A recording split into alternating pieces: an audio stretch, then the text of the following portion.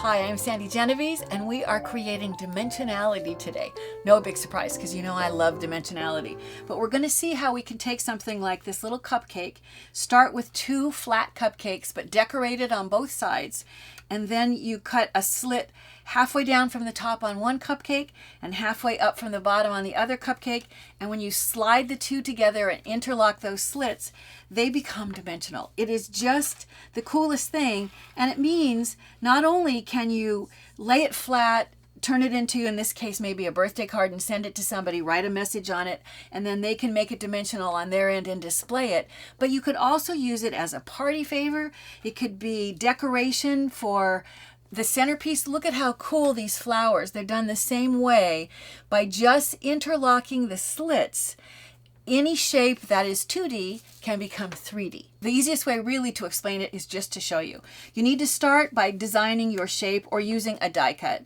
And in this case, I've got a cupcake, and I've gone ahead and you can see that mine has all of these details that I'm going to be cutting out. But my background, I want to be just solid for the cupcake. So I'm going to lay this down and trace around it with pencil, which when I slide this out of the way, you can see I've already done. But like I said, I need 2 of them. So I'm going to cut both of them at one time. All I'm going to do is put adhesive, or I could, if I had a stapler handy, I could just staple around the outside edges so that I can lay these 2 layers together. And this way, when I can cut both out at once. Then I'm going to just go ahead and cut.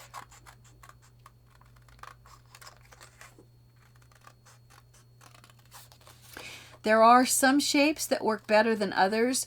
A shape that does not work well is a heart because it has a tip, and it is not going to be able to balance on just one tip.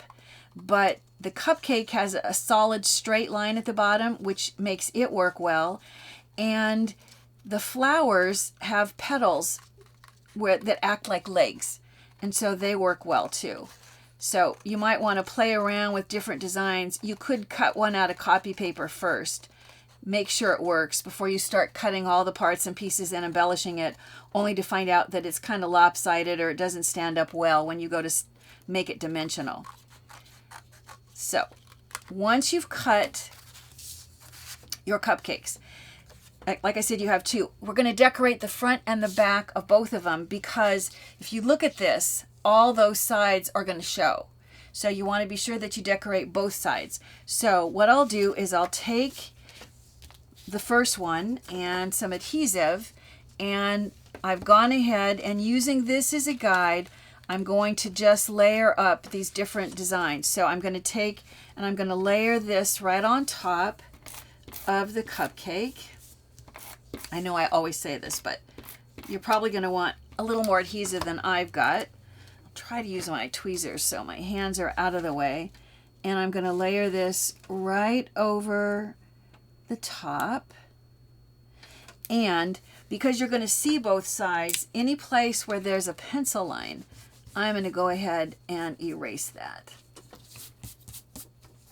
Now, as I said, I need to decorate the back as well, so I'm going to flip this over, and instead of trimming this, I'm going to wait to put this flip side on because it may already line up with that and I may not have to do any trimming. If when I'm finished I have a white edge that shows on any of the outside edges, I'll just trim it off. So now I'm going to lay this down and line this up. So I have the first layer both sides. Now I'm going to do the same thing. I want to top this with a deeper shade, what would be another deeper shade of icing. So I'll take the next color and I'm going to add, again, adhesive to the back. And then place this along the top. And I'm going to flip it over and do the same thing on the flip side.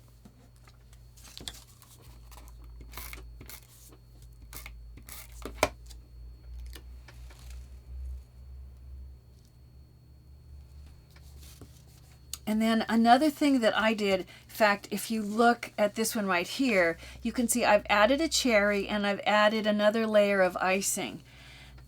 This time I have the icing going down. If you look at the pink one, I have the icing going up. That's the beauty, I always say, of making it yourself. You get to decide, but I'm going to take a couple of these little icing strips and I'm going to put adhesive on the back side.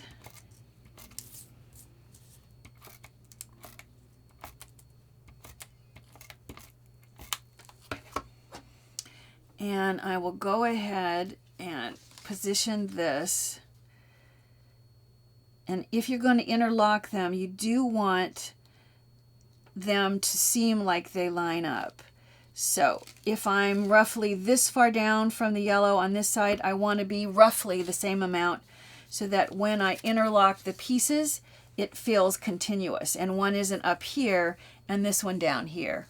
So in order to keep that from happening, I'm going to try to place the icing on the flip side in about the same position. It's not, you know, it's not rocket science. I'm not going to get out a ruler and measure, but I'm going to be mindful of trying to put it in roughly the same position.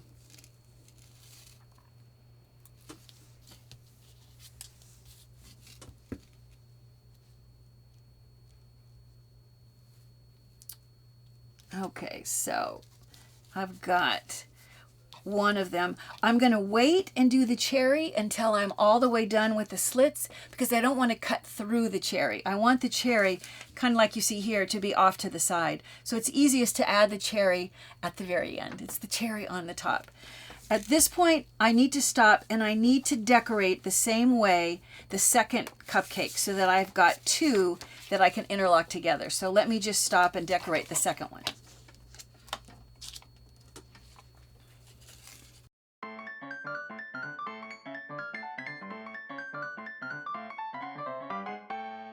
Okay, so now I have decorated.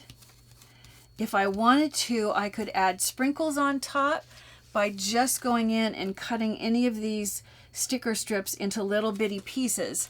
If I bring this over, you can see that's what I did with some of the layers on this one. But on the yellow one, I actually just did the cherry. So I thought, let's go ahead and look at creating the slits because that's the mechanism that makes this whole concept work.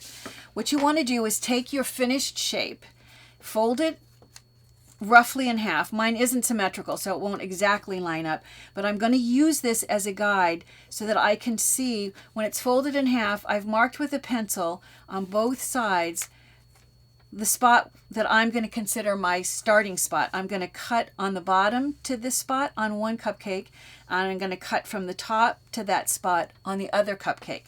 So I'm going to start by laying this down, and I want it to line up with the cupcake. And I can see, remember I decorated both sides, can see that I'm needing to turn this over if I want this to line up with this one. And that means I probably need to turn this one over too.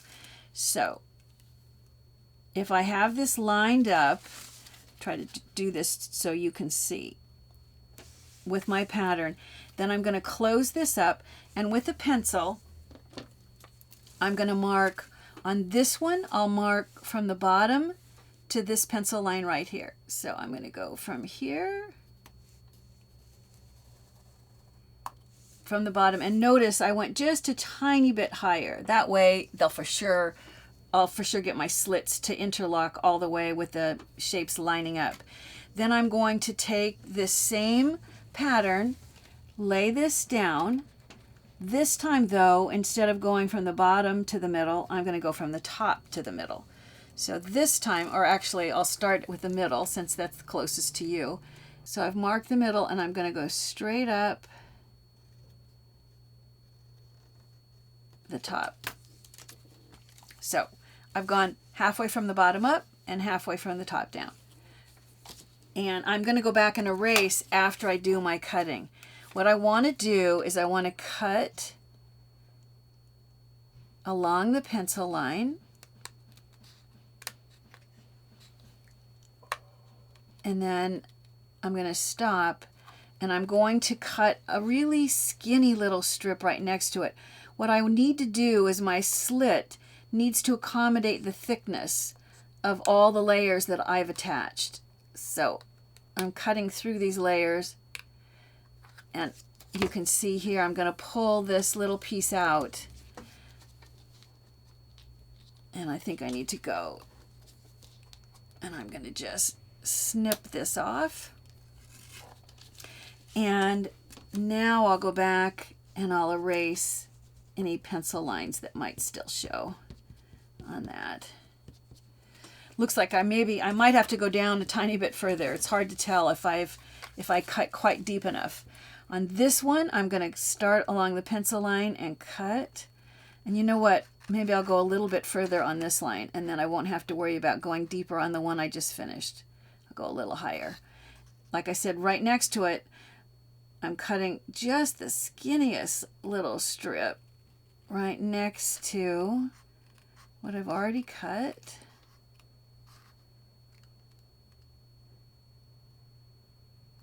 And do the same thing. Pull it up. Trim off.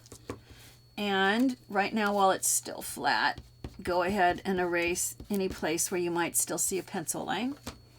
We're going to add the cherry. We're going to add this cherry on top. But now it's a question of taking the two slits, like you see here, and interlocking the two designs, sliding them. Hopefully I've cut deep enough, yep, that they're going to line up so that you can see it's going to just be able to sit up like so. But once it's cut like this, this is the time to go back and add the cherry where you're adding it off to the side. So I'll lay it back down. I think I'll go this way. And I'll take one of these cherries and I'll put my adhesive on the back. And I'll go ahead and I'll add it right here, kind of off to the side. And then I'll put adhesive on the back side of the mirror image cherry that I've already decorated.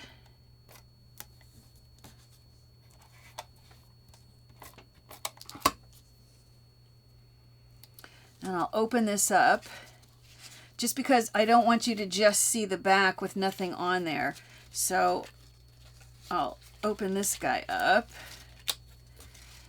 And on the flip side, I'll line this up so that it looks like a finished cherry on both sides. This way, whichever side you look at it, you have a cherry on both sides. So having that little cherry to finish off the top is really cool. Let me line up the bottom. You need the bottom to be either have legs or stand up straight. So here you can see is the pink one, how it stands up. It's just such a fun thing to do, and I thought I would bring over and show you. The flowers are done the same way. You can see that I've cut a green one and a blue one and used the same yellow dotted paper for the inside, and when I slide it apart, you can see it's just a slit that goes a little more than halfway on both pieces that when you interlock together create this dimensionality that then just stands up perfectly. You know, just a couple of snips with your scissors and you can go from 2D to 3D. Who knew? Remember, I love hearing your comments. Be sure to share us with your scrapbooking and your crafting friends. You can always like us with a thumbs up. Don't forget to sign up for these free weekly videos. However, if you want access to hundreds of past episodes, or if you want to be able to print a full color instruction sheet, then you might want to consider joining the Gold Club. Bye for now.